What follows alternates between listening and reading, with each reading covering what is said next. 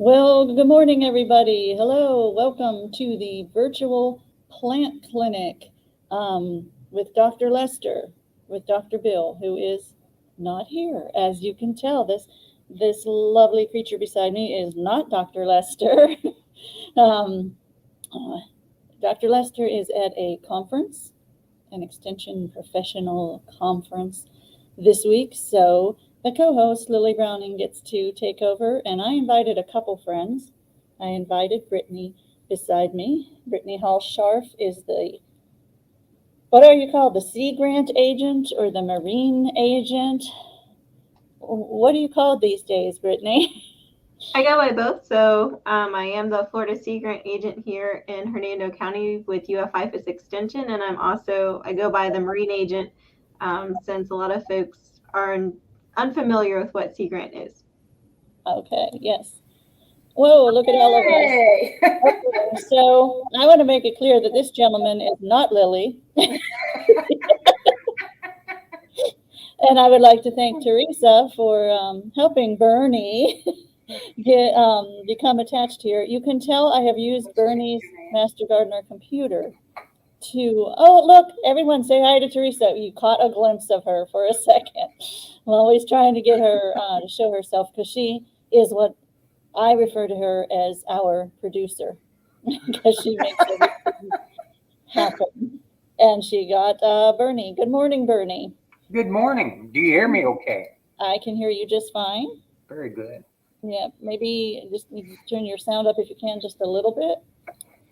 Okay, Uh, we were introducing Brittany, who is, and I always try to say this very succinctly, the Sea Grant agent, also the Marine agent here in Hernando County. Because if you say Sea Grant quickly, people think she's a secret agent. She's not a secret at all. So, and I invited her here today to tell us about some upcoming programs. And despite, even though Bernie is trying to go incognito as Lily today, this is Bernie Bathauer. He is a volunteer master gardener. He's been on here before. You all know Bernie. He's a great guy. So, welcome, both of you. And as I said before, Dr. Lester is at a conference somewhere in the Panhandle, I think, something like that.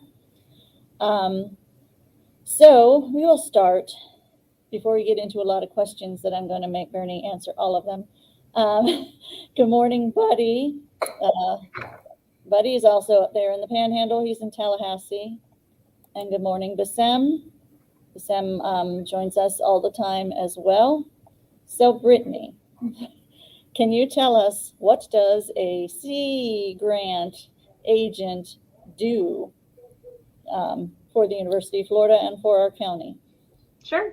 Sea Grant agents within the University of Florida, we have a bunch of different types of projects and education programs that we do. So it's very different depending on where you are in Florida.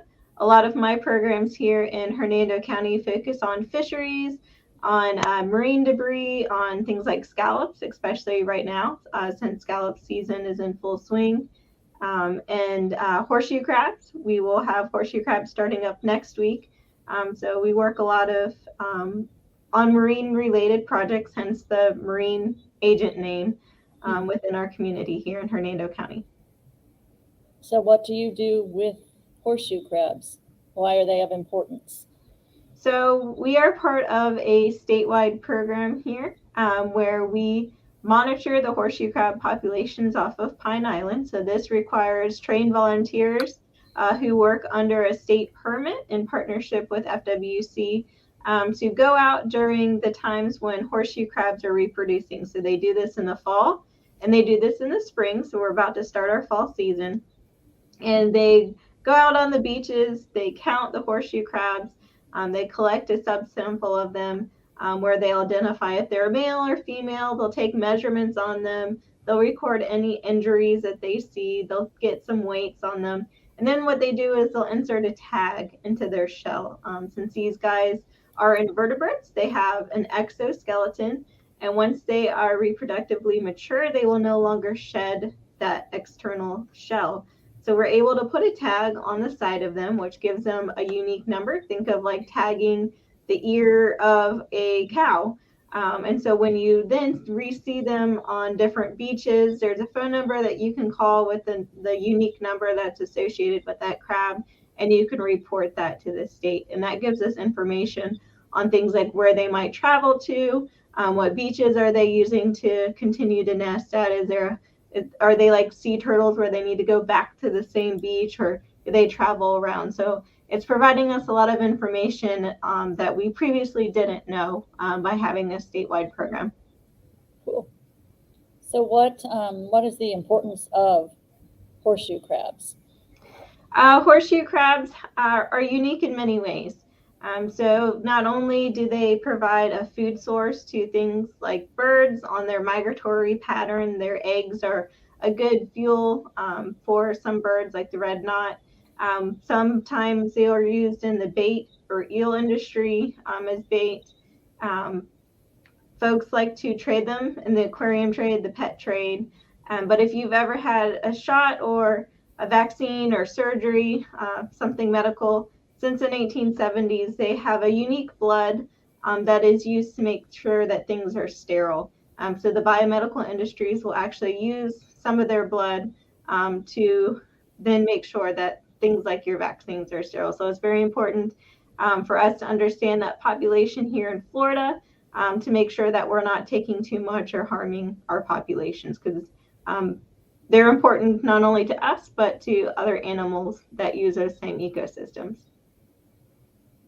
And that always amazes me, the fact that, and I want to know who the first person was that figured out that they could use horseshoe crab blood to determine, that our vaccines and other important medical, things are sterile. That, I mean, who figured that out? Where did that come from? That's really pretty cool.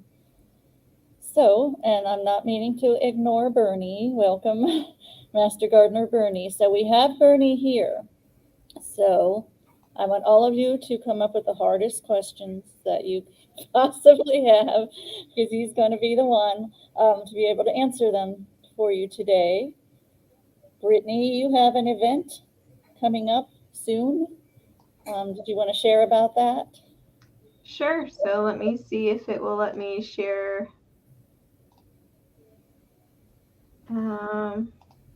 It may or may not. I have sparing luck with sharing on StreamYard. I'm much more proficient at Zoom. Let's see. Brittany, how long do those crabs live?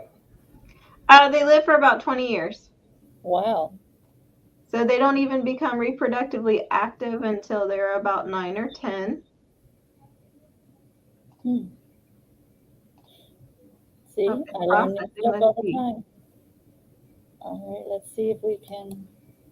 There we go. All right. So actually, in just a couple of Saturdays, it's approaching very quickly since we're already in September. We do an annual coastal cleanup here in Hernando County. So this year it is on September 17th. Our check-in location will open at 8 a.m. We'll shut everything down at 1 p.m. You're welcome to participate the entire time, or you can just do an hour or two, whatever works with your schedule. It's open to all ages.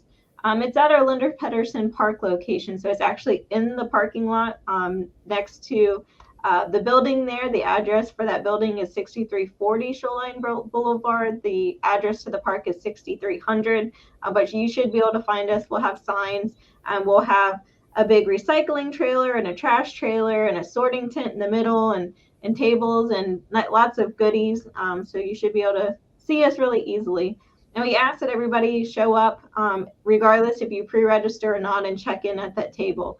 And reason being is that we will provide you, thanks to our generous sponsors that we've had, with gloves and trash bags and water and snacks. And for the first 150 who come visit us at that table that morning, you'll receive a free t-shirt. So I'll have that crab logo that you see right here on the slide in the front, and then it'll have all of our sponsors who has made this event possible on the back. And I know our American Fisheries chapter is going to supply some donuts for us that morning, so make sure you get there early and you don't miss out on the donuts and coffee. But the link, like Lily just posted, if you would like to pre-register, but we will accept registration the day of, and we do ask that everybody bring your trash back to that location. So we'll dispose of it for you, make sure it's all put in the right place, but we also are sorting that trash. So we're separating recycling from the trash, and we're also documenting everything that is found. So we report that to International Coastal Cleanup Database, as well as we keep it locally, which that information is great because it helps inform us where that trash is coming from. So then we can do little side projects. Like I know we've had a few high schoolers with programs that have kind of stemmed off of it, like put a lid on it for the trash can to prevent like the little snack packages and stuff from flying out. We've had Girl Scouts do little videos about the cigarette butts that we find. So it really puts some educational components in there of where that trash is coming from, and then some projects into preventing that trash from making it back into our ecosystem. So we look forward to having everyone out there. We already have over 100 people who have pre-registered. We typically have about 200 people who show up to this event. And again, it's open to all ages. If you can only give us an hour of your time, that's great. And if you are in high school or looking for some hours for a scholarship, come find me the day of, and we can get that signed off for you, because this will count. And then Lily, can you go to the next slide? I don't know. Oh, I there you can, go. yes. Okay. So I've had a lot of folks beg me to teach this class again. I only teach it about every other year or so. It's one of the core modules within the Florida Master Naturalist program. So you're looking at dedicating 40 hours of classroom time or field trip time with me. I also have pulled in a lot of other great speakers, so you don't have to listen to me the whole time. But you'll learn about our coastal systems here in Florida. So it's a couple hours a day, starting September 2019, and it runs all the way through October 12th. You do have to register for this event. It closes at the end of September, and then you'll be sent your course materials out of Gainesville. So here's the link on the slide if you would like to register for that or view the agenda. But it will be a compilation of watching some videos. We'll have some class activities. We will do some typical PowerPoint presentations, as well as we'll take some field trips to get you out there and you be able to interact with these coastal systems that you're learning about in the class. So that is all I have for you about upcoming courses. Cool. So let's go back to the coastal cleanup. How many years have you done this now? Since 2016, but we have had a couple of years. For instance, when Hermine came through, we had to postpone it a month. And then during COVID, so I believe it was 2020, we ended up having to cancel that year for safety reasons. But other than that, it's an annual event that we do the third Saturday in September. It's recognized as the International Coastal Cleanup Day. So if you aren't in Hernando County, go to that International Coastal Cleanup website, and you should be able to find a coastal cleanup near you that you can go in and attend. So that was a little dig that it's always the third Saturday and Wednesday, and Florida Friendly Landscaping coordinators should not schedule vacation time during the third Saturday and Wednesday. I know what you were saying there. Yes, you won't be there. I know you don't want to help sort the trash this year. It's your way of getting out of it. Actually, yeah, she's not only losing me, she's losing my husband, who was a great trash sorter. He was up in the dumpster last year. And as you mentioned, though, why do you sort the trash? You sort it to find out many things. And you hit on the number one item year after year after year that we collect the most of, and that is? Cigarette butts. Cigarette butts. Most people don't associate cigarette butts with being litter, And so we try to encourage folks who do want to partake in smoking to bring some kind of little container, even if it's as simple as a water bottle that has a little bit of water left in it. And when you're done with your cigarette butt, place it in there and then take it to a trash can instead of just tossing it into the waterways or tossing it on the side of the road, because it is our number one thing that we pick up year after year. Yeah. I think maybe what they have been taught is don't throw it in a trash can because you could, set the trash on fire. So we see a lot of them around trash cans, but you have a very good idea. Pre-plan, bring something you can throw that smoking butt into to not cause a fire and put it in the trash, because there's lots of well, I'm sure there's microplastics and things in the cigarette butts as well. It's not all just going to break down. So, and not that I said back to me not being able to be there, but I am sending a group to you. I did do that, and I'm helping you highlight today. So I'm trying to make up for that. And I gave you some goodies. Did you see my box of goodies? I did. Okay. Thank you. I have a little bit more I'm going to bring by as well. I just touched on microplastics. That's kind of in the news and everything. So could you tell us a little bit about how microplastics might affect us here in our coastal Hernando County? Sure. So microplastics are tiny little pieces of plastic that are from different sources. So sometimes they're from your makeups or face scrubs or body washes. Like those are more of your standard little micro beads that you might be associating with. Sometimes the clothes that you wear will give off little fibers, and these things are just too small for wastewater treatment plants to get out, to filter out. They would end up clogging the system. So there's been a lot of research done on trying to prevent those plastics from entering the system, how they might be affecting organisms, and where they're traveling to. So I know things like oysters can filter them out of the water. And does it harm the oysters? Yes or no? Things of that nature. There's a lot of research going on right now about how microplastics affect us as well as our environment. Mm-hmm. And you have an oyster program as well, don't you? This one thing just leads to the other here. Yep. So, we deployed an oyster reef a few years ago. So we haven't had any oyster projects going on lately, but yeah, that is something that we did 2017, 2018, where we used recycled oyster shells to help build an oyster reef off of Hernando County. So the oysters here, the ones that may be in Hernando County, are those edible? Our location is not open to harvest, so the oysters out there are doing things like filtering the water and providing habitat to other organisms that might rely on that reef to feed or to hide or to reproduce. So we need them for environmental protection, but also I think I've heard you say before, we're too warm here for the edibles to be safe, for the oysters to be safe to eat. Is there truth in that as well?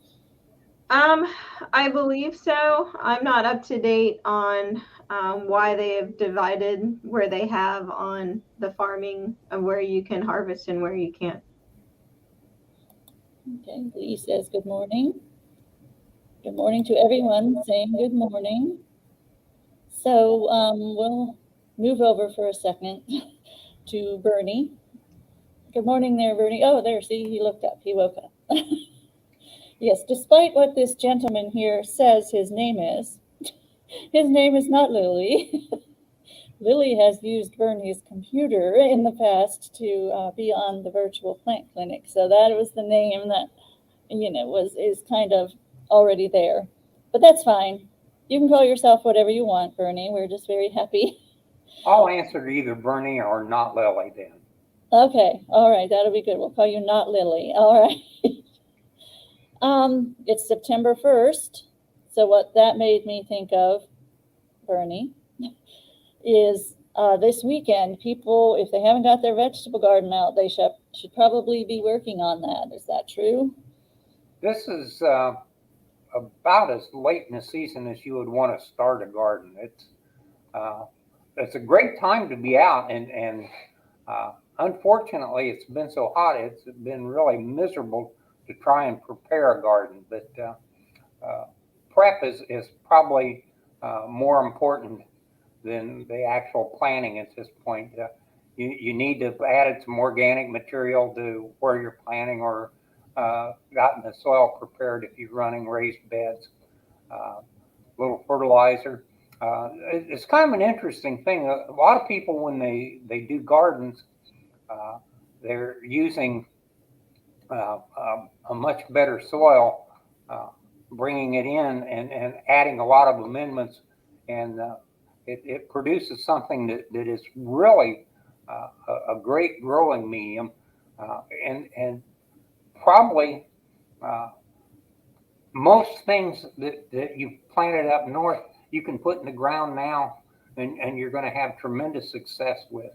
But another 30 days, and it's probably going to be way, way too late. It's an interesting thing. The way this is done is you assume that, for the most part, Christmas is the end of the season.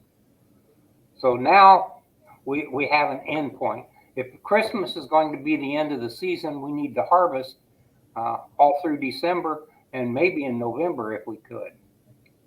So if you plant something that takes 60 days, you can go back from December and November, and that's our 60 days that it takes to maturity in order to have the product for another 30 days. Before that, we have to go back a total of 3 months. So what should they be planting? So you're saying you can do warm season or cool season now, or are we still in a warm season vegetable? You can, because of the time that it's going to take for these things to grow, you can plant warm season and get by with it. You may not have the greatest yield because the finish point is going to be cool, but it's going to produce some reasonable crop. And by the same token, because we are going to be cool, you can do the cool season vegetables. Like I say, look at as Christmas is the end point, and take your package, and if the package says it's 60 days, that means that in 60 days that will start producing. So if you just move back 60 days from Christmas, that means at Christmas the plant's going to produce and it's going to be done. So you're saying we're not move back 60 days plus 3 or 4 weeks that you're going to want to harvest, and that becomes your minimum planting time. So October, January, February, we should take off planting. You can't tell that. It used to be real easy. 10 years ago, the weather started changing dramatically. Used to be that the last freeze was in March. Now the last freeze is in April. But we get into this 85 degrees days the end of January. So it just depends. If you have a commodity that is really temperature sensitive, peaches are a wonderful thing to think about. Peaches require a certain number of chill hours. And it used to be we would run about 300, 350 chill hours every year, no problem. So you get a tree that blooms after 350 hours, and the weather was very cooperative. We'd have 350 hours of under 40 degree weather, and it would bloom and it would start producing peaches. Well, now, if you go 350 hours, we may not get more than 200 chill hours. Mm-hmm. So the tree doesn't want to go into bloom. It doesn't want to break dormancy. If you have a 200-hour tree, we'll have one of those 3-hour days or 300-hour years, and instead your flowers will be there when we get a freeze, and you won't get a crop. So the trick is If you're really temperature dependent, plant things that have a variety. If you want peaches, if you want to have peaches every year, plant a 200-hour tree, a 250-hour tree, a 300-hour tree. One of them will produce. Okay. And it's the same way if you're planting vegetables that are very, very sensitive to temperature, you may have to plant different varieties. Tomatoes are a great example of a plant. When the nighttime temperature is above 75 degrees, the little tube in the flower that carries pollen closes. So the tomatoes don't pollinate. Mm-hmm. So normally, it would mean that about the 1st of June, the nighttime temperature would get to 75 degrees. The plant would keep producing flowers, flower like mad, but it would never produce any fruit. And because of all the diseases and everything, the plant would probably die off anyway, and nobody would pay any attention to that.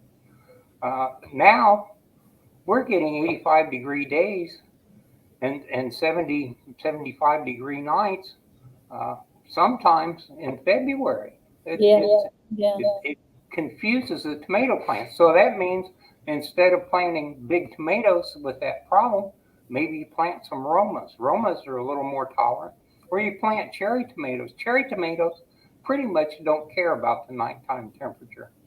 But if you want that big beefsteak tomato or Better Boy or one of those, you need to go out and put air conditioning in your tomato patch. A friend of mine grew tomatoes in a wagon. He would pull them out in the daytime. The plants would grow like crazy. Tomatoes would get big and healthy and happy. He would put it back in the air-conditioned garage at night. And he had tomatoes year-round doing that. Okay, so it can be done. You just have to be creative. You Lee, have to Lee is see what it takes for that particular plant. If Lee's in Brevard County, she says it's so hot here in SoFlo. I have never heard that term before. I like that. I'm going to use it. SoFlo, South Florida. They're in SoFlo. That all her tomato transplants got cooked from the heat. Did not have the problem last year. Climate has changed. And Corey is, it was kind of back and forth between Pasco and Hernando. He's been growing veggies in case we have a mild winter or a cold winter. One of them will do well. So see, he's taking your advice. He's preparing for all scenarios. And we do have a question from Bassem. Can he grow a jujube tree in Central Florida? I would say no, but I would try it. It's reached a point where there's almost nothing that you can't grow here sometimes. And, there are trees, the one with the big purple flowers, jacaranda. Jacarandas do not grow this far north, but there's 2 of them in the county that are over 60 feet tall. So it can be done, but it takes the right microclimate and cooperative weather. The last true terrible cold weather we had was 89. We haven't had anything bad now for 23 years. The once 89 was 33 years, but yes, okay. Yeah, okay. I only know that because my son was a baby that year. I'm not that good at math. So we're due for something like that, but it may not happen again for another 10 years or 20 years. But at some point, we will have another one of those kind of winters, and all those things that aren't supposed to grow here will get nailed. Lime trees, if you grow citrus, you cannot grow a lime tree in Hernando County unless you can. I mean, we're 10 degrees too cold for a lime tree, and yet there are a lot of them here that are very, very successful. So if you want any of those southern trees that need to be from Sarasota south, I would say at present conditions, try it, and there's a good possibility you'll get a 10-year run. maybe longer. But Yeah. Just don't spend $5,000 or something. but the answer is do not spend a lot of money. Exactly. Yeah. Yep. It's a good time to experiment. We are in some type of climate change. We're not here to argue with the causes or whatever, but it just is. So one of the ways we can look at it is start experimenting. Here in Hernando, try a little bit of those South Florida plants. And like Bernie said, maybe you'll get 10 years out of it before we have a very harsh winter again. I'm going to bring the two of you together for a discussion, because every time I hold a ring barrel workshop there at the extension office or have people come pick up rain barrels, they are very, very, very interested in that aquaponic system that you have by the side door. So I don't know how much Bernie knows about it, but I know it is Brittany's baby, but she lets other people take care of it. So can you tell us a little bit about that system? Sure. So I have two main volunteers. One is a master gardener. She works mainly on the plant component of the aquaponic system. And then my other volunteer, who is within the marine science umbrella, he does the fish component. So what it is it's a system that is set up. It's a closed system.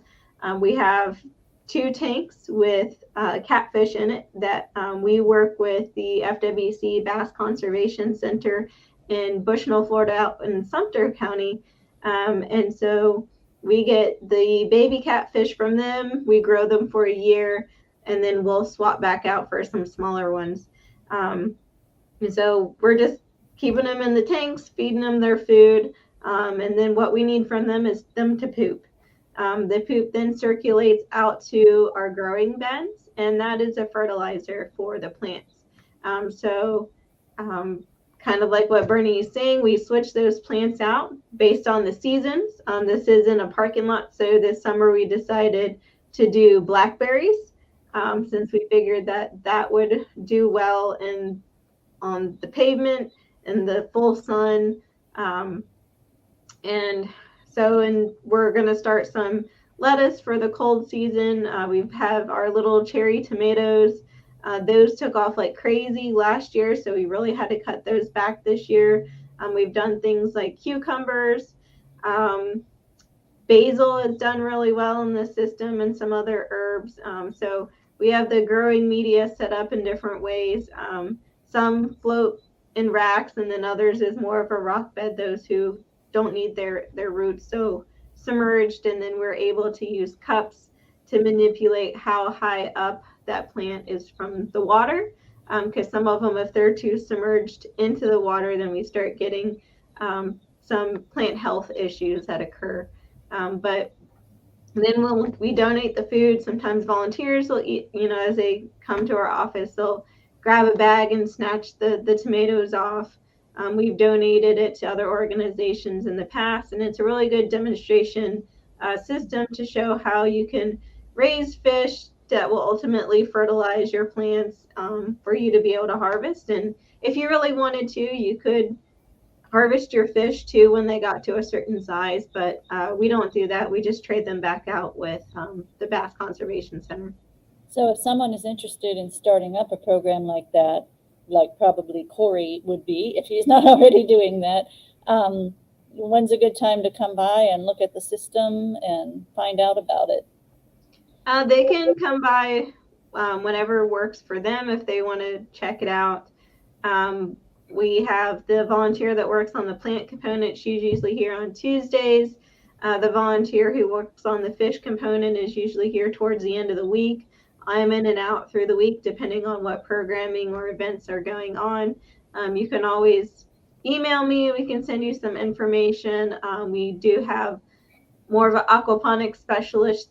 She's with Florida Sea Grant agent up in the Panhandle. So I go to her with some questions, and she has a lot of great resources. And there's a newsletter kind of listserv deal that she sends out with new resources or classes that you can take.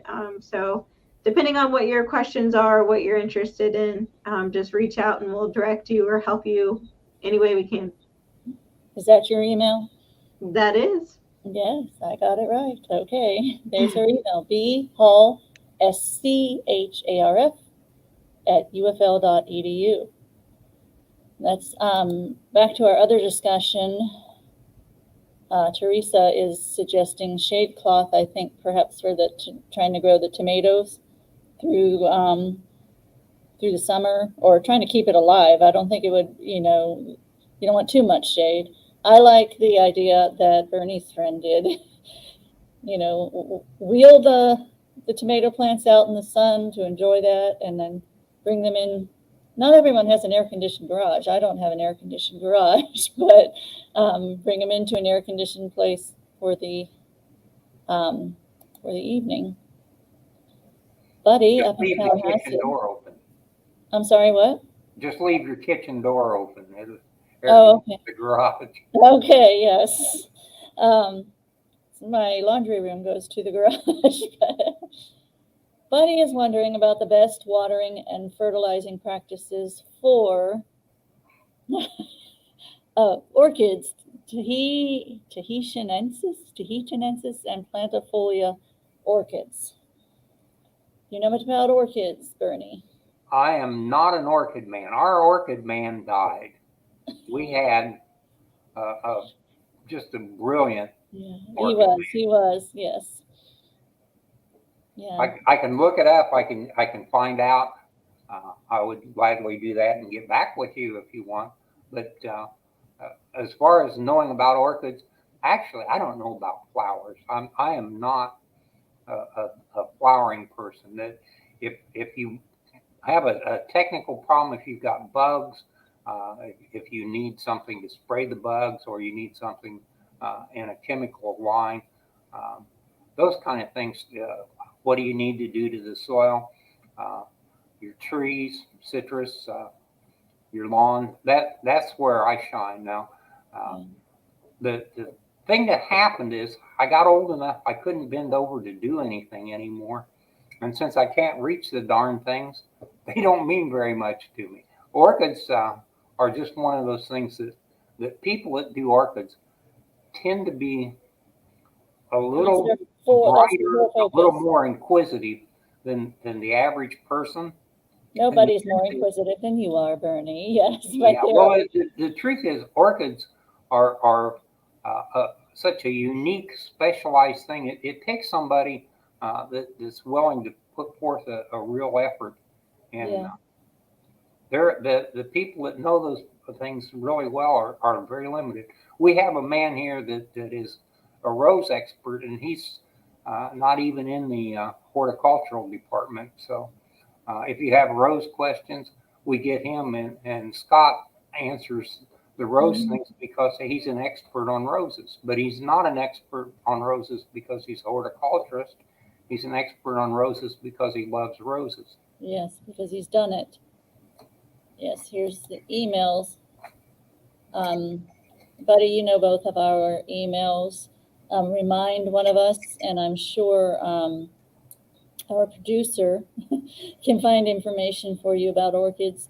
I don't know a bunch either, because like Bernie said, to be an orchid person is similar to being a rosarian. It is people who love orchids, they really, really, really get into orchids, and they learn a whole lot about them.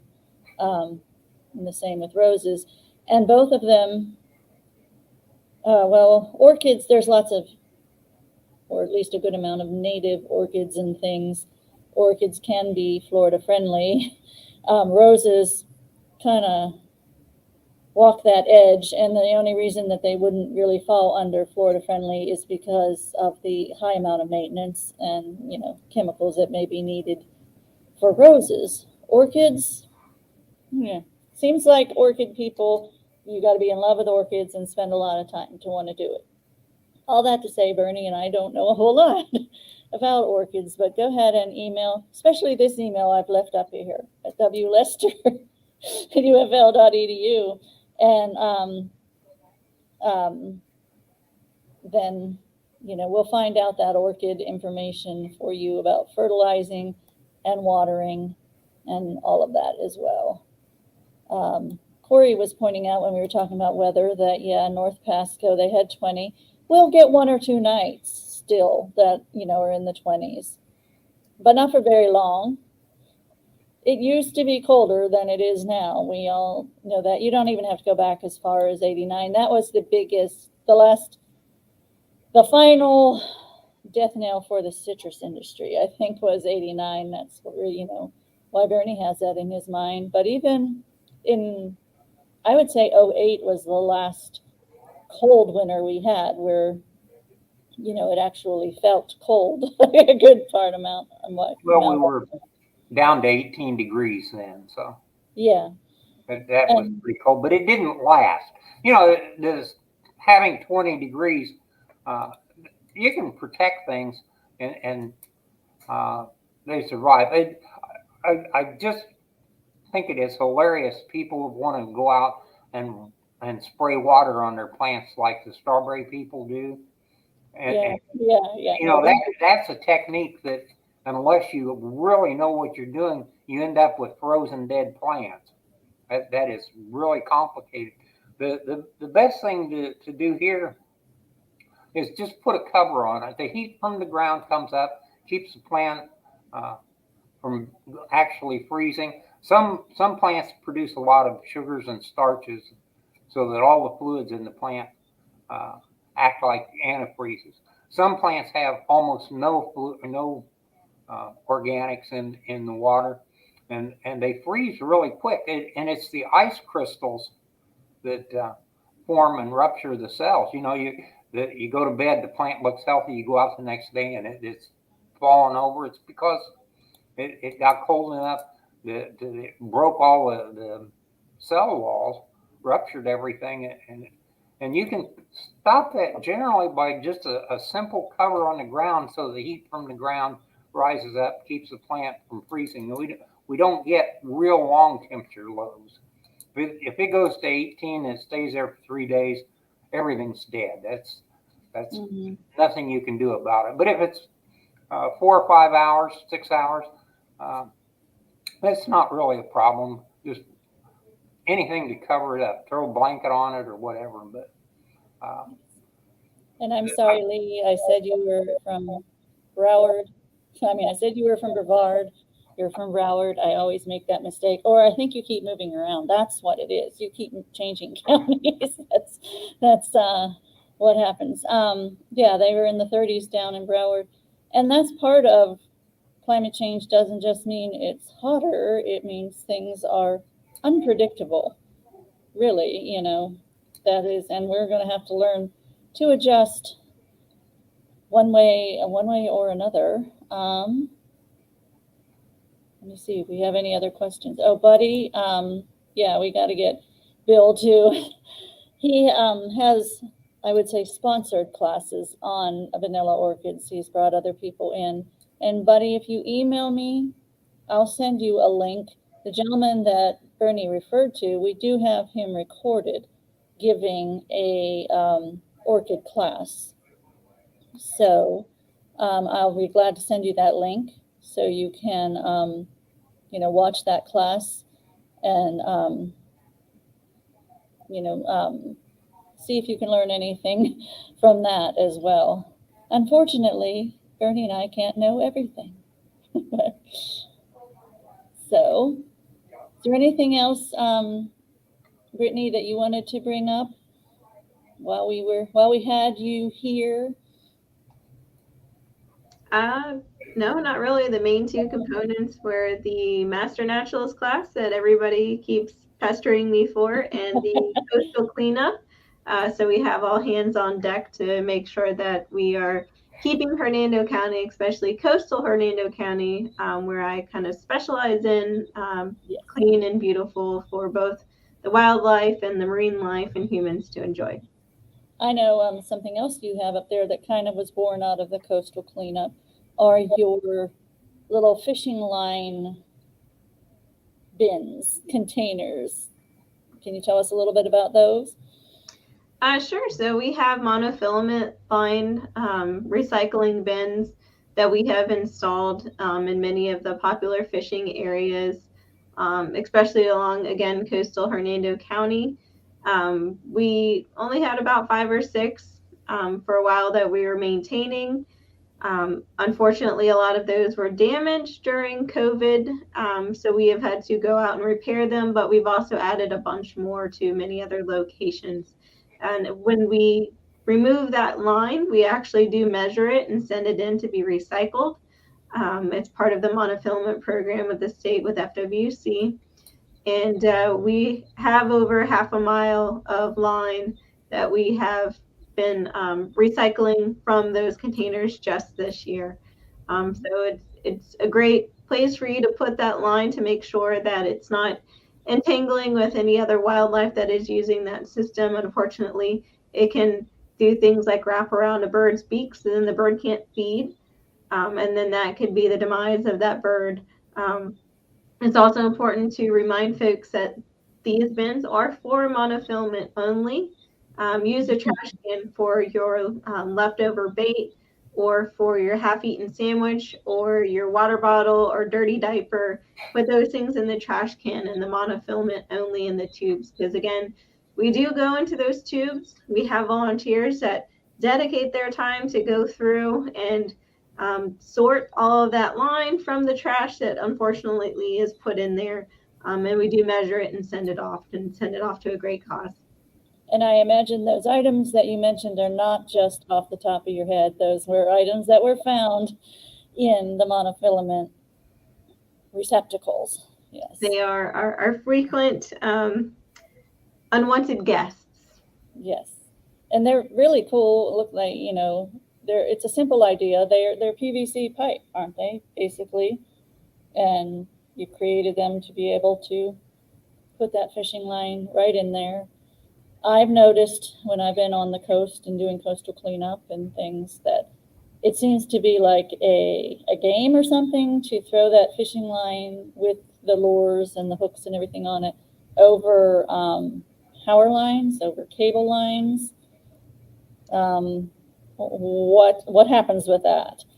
Yeah, so there's a couple of fishing locations that there are low-lying power lines over that area. And unfortunately, when people will cast their pole, that line sometimes will become entangled on that power line. So we do have to work with the local companies to every once in a while come out and clean those lures and fishing line off of those power lines. So be mindful when you're casting your fishing pole out there to try not to hit the low-lying lines. Unfortunately, sometimes that happens, or you'll catch a tree or things of that nature. But just try to find a fishing area that you're able to cast that line safely. Yep, I sent Brittany a picture. I saw it on Facebook.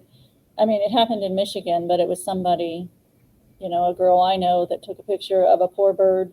Its beak was just totally stuck shut due to a lure or something, had it. And Brittany said, well, that bird's going to starve, and I don't think the girl who took the picture, she called a couple of places, but it was a seagull, so they said they didn't help seagulls.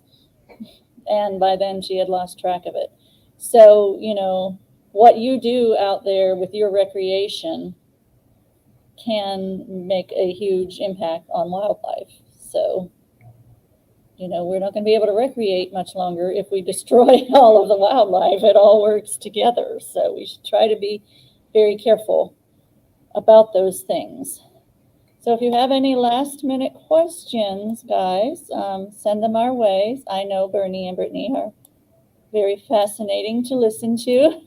But if you have any questions that does not involve orchids, no, bring all the questions that you want, and we'll see. We'll do our best to be able to answer them. I do want to remind you, since I am from the water department, we've had a lot of rain lately.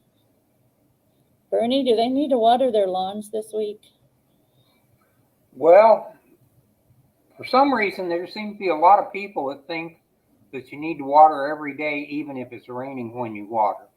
But the truth is, if you've mowed at the right height where the roots have had an opportunity to be a reasonable length, once a week is pretty much satisfactory.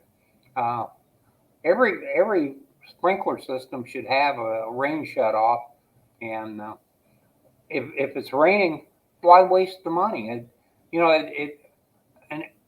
inch of water will thoroughly take care of a foot of Florida soil. So even if that water comes from nature. So if you had an inch of rain, why would you pay for an inch of water? That's a lot of gallons, and I'm sure you guys don't give that away. I'm on a well, so I don't know what your rates are, but from listening to the people complain that are overwatering and come in and tell us about it, I'm sure that it would make a lot more sense if they didn't rain or didn't water right now. In the past probably month and a half, I don't think we've had any time where we needed to irrigate. Maybe one day, we had this one little time, but other than that, we've gone 2 months where nature's provided all the water the lawns need. My lawn looks fantastic, and I don't even have an operating irrigation system. I have what we call a Freedom Lawn. Last year, I overseeded it with Bahia seed at Bernie's advice. And I also threw in some black cow, composted cow manure. It still looks so good this year. I don't see any reason to do that again, and in August when it was all being rained on, I mean, we could stand out there and watch it grow. So, I think it's doing, really well with the rain. And Dr. Lester and I are going to have a class coming up in October called Let Freedom Lawns Ring. So you can learn more about how to have a lawn without breaking your back to keep it looking nice. It's an interesting thing, but rainwater is actually much better for the plants than the water that you guys are selling. Not to say that your water isn't great, because it tastes fine. I think the water company does a good job here, but the water that falls out of the air has a high percentage of dissolved carbon dioxide, which makes it slightly acidic, and most people need the slight acid condition to get optimum plant growth. Bahia grass really wants a very acid condition. So if you're using well water that has a real high pH, and God is going to provide you with water to take care of your lawn that has a low pH, and that's what the lawn needs, it makes more sense to stop irrigating and just let the rain do it, as long as that's possible. And for Bahia, you can pretty well go the year round with nothing but natural water, and the lawn will survive very well. Yep. And you brought up a good point. You brought up having a well. So I have to always remind people, yes, and you talked about spending money to water your lawn. But like you and I, who have a well, and we don't have to pay the water company, does that mean that the watering restrictions do not apply to us? All comes out of the same spout. And that aquifer underneath here is where all the water comes from. If you're using well water or county water, it's from the same water source. So the restriction is for the aquifer, not for the capability of your plant. That is right. And code enforcement is not going to differentiate whether or not you have a well. The only question you need to ask yourself for Hernando County's 1 day a week watering restrictions, which are just general restrictions. They're not Not because we're in a drought or anything. These are the way things have been since around 2010. The only question you need to ask yourself is, do I live in Hernando County? All the other loopholes you might be looking for. I have my own private well. I have an irrigation well that takes, separate from what goes to my house. I have a well that takes from a surface body of water I live on. Great, but you're still under 1 day a week watering restrictions. And I've been kind of letting people know that we're coming upon our new budget year in a month. October 1st is Hernando County's budget year. So I'd say mid-September is when the budget is usually approved. So this isn't a done deal yet. But what is being worked on is kind of a partnership between Hernando County Utilities and Hernando County Code Enforcement. So we're going to hire 2 new officers, code enforcement officers. Their entire jobs are going to be looking out for people not watering at the correct time. Isn't that the best news ever, Bernie? They will be working weekends. They will be working evenings. So spread the word to all your neighbors who might think, I'll just water when nobody's looking. Things are going to change. We have more and more people coming in this county. We have to be more and more careful with our water resources. I was talking to a woman last week, and she had a problem where she needed to go out and get some information. 2:00 in the afternoon, and miserable hot. You know how it's been Yes. the past few weeks. And she's standing out in the yard describing this thing to me, and she says, "Oh, the sprinklers came on." So, which is so typical that obviously the clock set wrong on Right. And there may be people who don't know. They don't know how to work that clock, or there was a lightning strike and, it messed it up.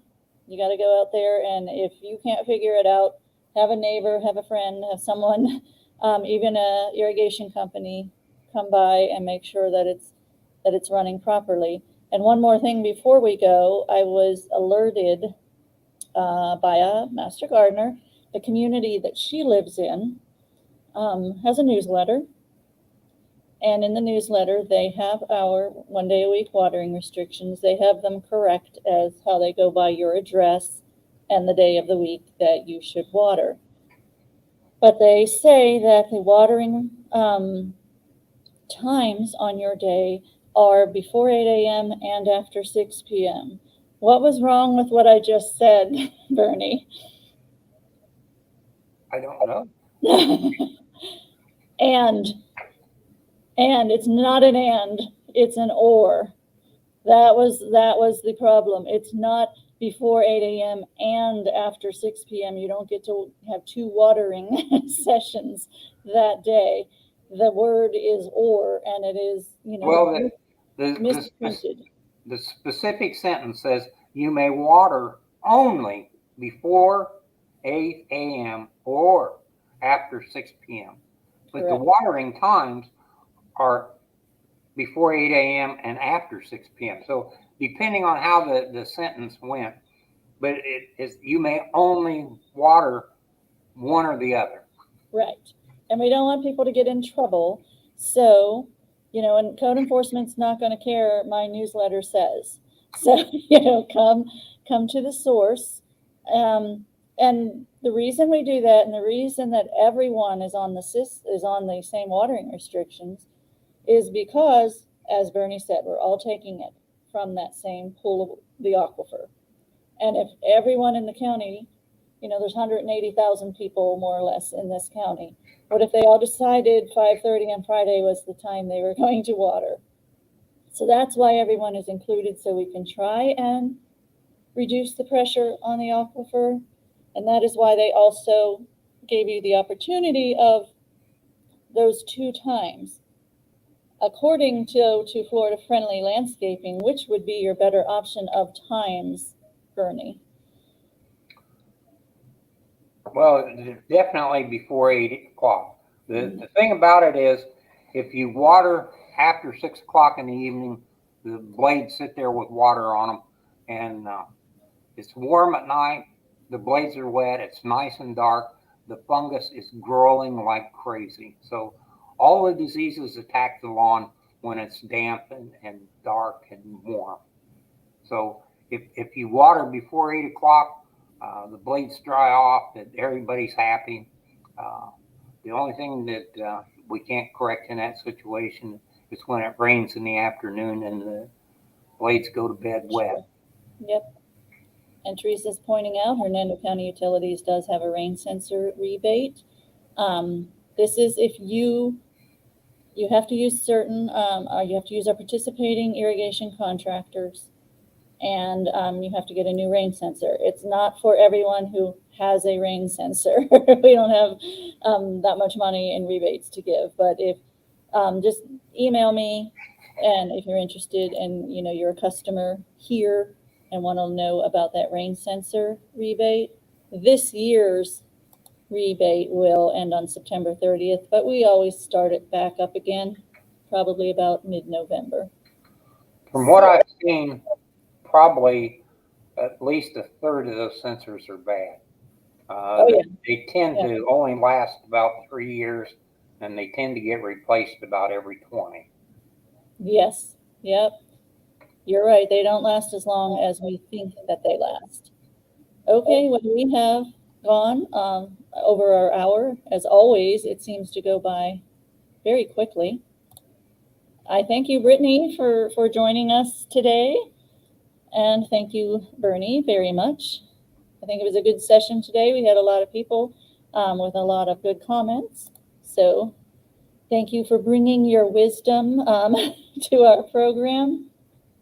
Now, next 3 weeks, I will not be at the plant clinic.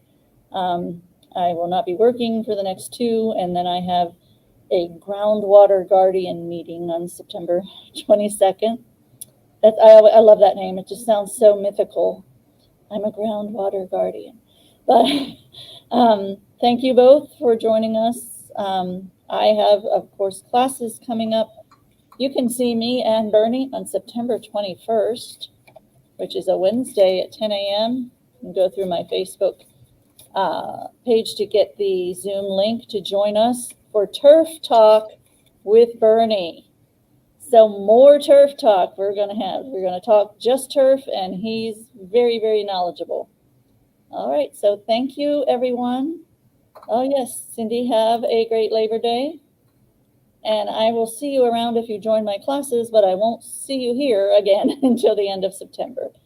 Thank you, Brittany, and thank you, Bernie. And everyone have a great week.